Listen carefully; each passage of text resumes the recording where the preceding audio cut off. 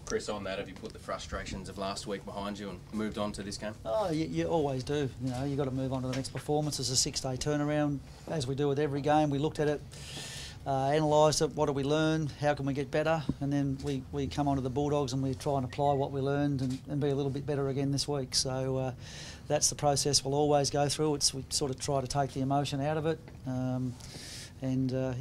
Just learn from the experiences that we have. The second quarters are killing you though, aren't they, Faze? There seems to be a bit of a pattern, competitive early, second quarters kill you, but then you do show a bit of ticker and fight back. How do you turn around those second terms? Yeah, well, we had a good chat about that. I mean, Richmond kicked 4 goals in 2 minutes and 18 seconds, I think, and that was the game. So, yeah, we had a discussion this week. We looked at that 2 minutes and 18 seconds and talked about, you know, what were you thinking about, what were you feeling out on the oval, was there much voice, you know, what were you trying to organise, what needs to be done in that situation. So we've covered off on that, and we're hopeful that you know, we'll just learn from that experience. I think, you know, we're not the only team. If you have a look across the competition, a lot of teams have those bursts of goals kicked against them, and it's usually some of the younger teams. Again, it was the big learning from the game, I think, and we spent a little bit of time on it on Monday. 5 goals in that short period, though. How do you stop them from allowing those and switching off of that, just short bursts?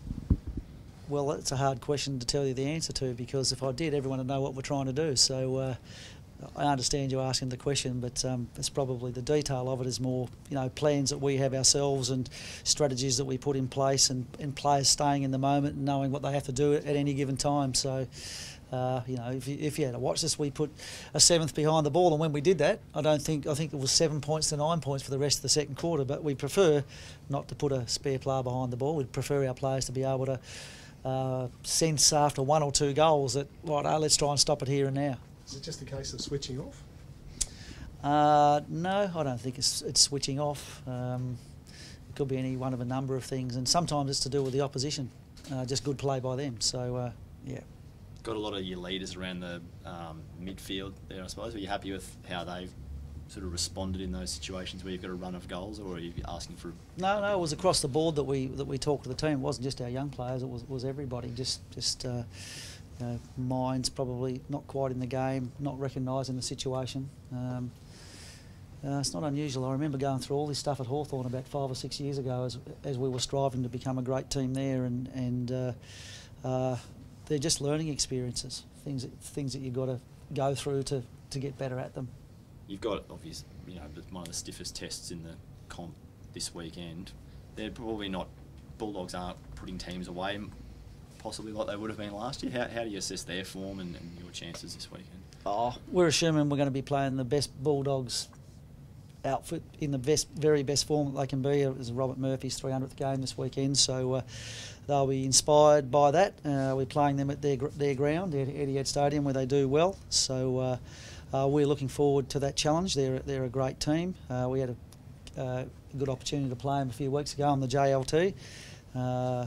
We know what they do. It's the perfect game to be playing after the game against Richmond last week. And you know, yeah, probably the Bulldogs. Probably not in the form they were in the finals last year, but on their day, they're capable of anything. Rockcliffe play? Pardon? Would Rockcliffe play? Yeah, why? I thought he had a busted finger. Oh, no, he's playing, mate, yeah. Oh, sorry, I was just a bit surprised by that question because he trained on Tuesday, so, yeah, he'll play, yeah. And a big blow, obviously, with Bundy as well, out for the year with the collarbone. Yeah, he just can't get any luck at the moment. He's the sort of player we need in our forward line too. Would really help, and his experience and his leadership, given all the experiences that he's had at Geelong. Yeah, we're disappointed for him mostly. He would have played this week, but that's the way it rolls sometimes. And you know, he's just got to get the best medical advice possible so that he can get that shoulder right and return to playing footy. You mentioned after the game on Sunday that you were probably looking for maybe possibly a bit more of that outside run to take advantage of the clearances, and you got no Tommy Cutler this week, obviously. Yeah. Like, how will you look to try and replace him? He's one guy that can give you a little bit of run. Yeah, the guys that are in there just got to run a little bit harder, and obviously we haven't finalised selection yet, but we'll be looking to add some blokes into the team that can assist with that as well. What's the secret to staying positive, Chris, and getting the boys up and confident when you know you're going down to Etihad playing the Bulldogs as underdogs? It's a that's a difficult question to answer in about 30 seconds, mate, because it takes a lot of work with a lot of individual players. But you work with the individual guys each week, and what I hope you'd find if you walk downstairs at our club, win, lose or draw, that we keep it pretty level, and it's all about learning and growth and improving, and we don't have large emotional reactions to wins or losses. So just keeping everything on an even keel, I guess, is the real key to all of that as this group grows.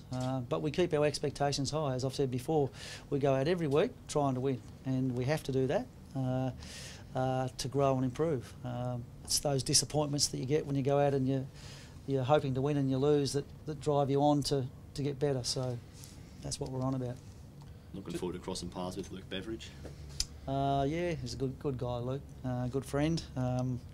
He's a great coach, obviously, with a great record. So yeah, there's a few of those blokes in the competition that I've worked with that we're going to cross paths with during the season. So that'll all add to the fun and the intrigue.